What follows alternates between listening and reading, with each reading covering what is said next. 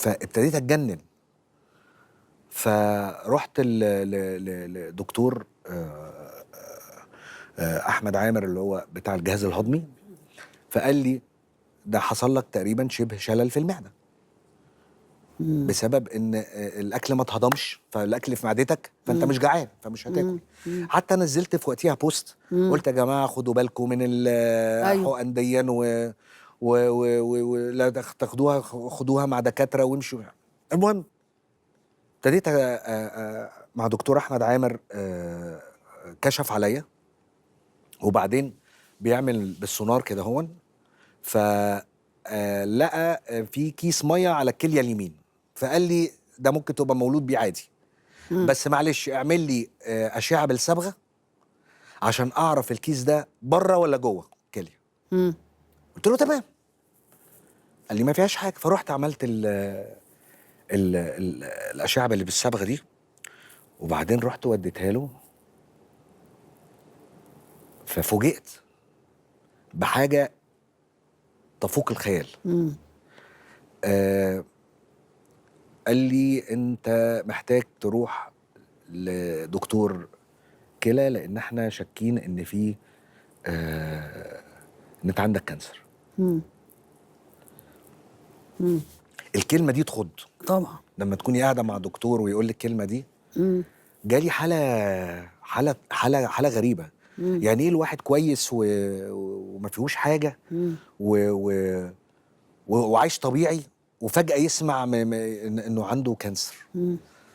قعدت الف على دكاتره واسال في امريكا لحد ما رحت للدكتور محمود عبد الحميد، فقال لي انت عندك كانسر في ستيج 1 ومشكلته انه في نص الكليه الشمال، فلازم الكليه كلها تتشال. انا طبعا قعدت بلمت كده قدامه ومش مصدق، فبقول لي على فكره اتس ا جيفت فروم جاد، دي هديه من ربنا ان انت بالصدفه دي تعرف الموضوع ده، لانك ما كنتش هتعرفه، لان ما بيبانش الحاجات دي غير في ستيج 3 ستيج 4 بعد بقى ما يكون انتشرت في جسمك وده. حاول يخليني ان انا ايه ابقى جامد يعني. فانا ابتديت امارس حته ان انا مفيش حاجه وبتاع ده. حتى ما كنتش عارف احكي لاولادي، مراتي بس اللي كانت عارفه. فجيت مره لابني وقعدت معاه قلت له انت عارف ابوك جامد ولا لا؟ بص انا عندي كذا كذا كذا. هو اتصدم. حاولت اخلي له الرياكشن ان هو موضوع طبيعي. الغريب بقى ان انا نفسي مش قادر استحمل. يعني انا فضلت عايز اعيش عادي وخلاص اتفقت في يناير هعمل العمليه، بس كل ما ابقى لوحدي اقعد اعيط. ليه؟ يعني صعبه.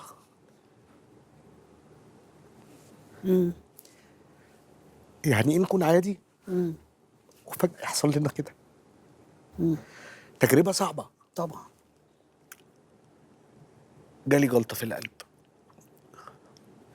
دخلت عملت قسطره و3 دعامات، برضو مش مصدق اللي بيحصل لي يعني. والغريب ان انا لما عملت القسطره والدعامات دي كان عندي تاني يوم في البرنامج لازم اروح اصور حلقه راس السنه مع هشام عباس وشيماء سيف. ما قلت لهمش حاجه في البرنامج. طلعت من المستشفى بت في البيت، تاني يوم خدت المارك وطلعت على البرنامج وصورت الحلقه ولا كأني في حاجه يعني. ابتديت بقى اتعايش وابتديت ان انا انت عارف انه انت الجلطه اللي جت في القلب جت من حزنك انت وانك انت جزء منك مسؤول من الحاله اللي انت كنت فيها. كنت بعيط بحرقه لوحدي. يعني كان عديت بده، بس كل ما افتكره برضو بقى يعني ايه انسان يبقى عادي وطبيعي وفجأة يحصل له حاجة زي كده. بعد كده دخلت عملت العملية.